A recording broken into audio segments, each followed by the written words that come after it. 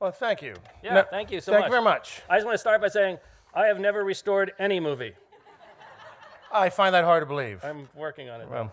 Actually, there's a little tidbit about this. Apparently, this film, they found the original negative, but it had been cut in two down the middle by Carl Laemmle in a fit of pique one evening. Got really drunk, and they painstakingly stitched it together, which is amazing, only with computer technology. Well, and to prepare for this, we actually we reenacted it last night. Yeah. I haven't gotten over that. Was that last night? I think so. Oh, by the way, now many of you have taken like one of these little items at a concert and gone like this, right, and whatever. Well, you couldn't do that in 1930. So this is about the closest thing. Yeah. It was sort of the state-of-the-art technology. Sound was only a couple years old in color, where they were just fooling around with it, and like, whoa, we just need two colors, that's all. Yeah. But what you're going to see tonight is essentially it's the MTV of the 1930s. I mean, this is really a music video, what you're watching tonight, which is really fun. Do you guys know there's a cartoon in this?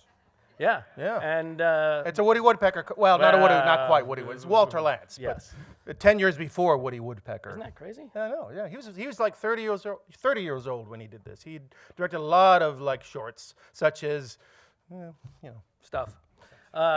As you can see, we're obsessed. Studied this. But we really are obsessed with jazz, we're obsessed with music, and we're obsessed with movies.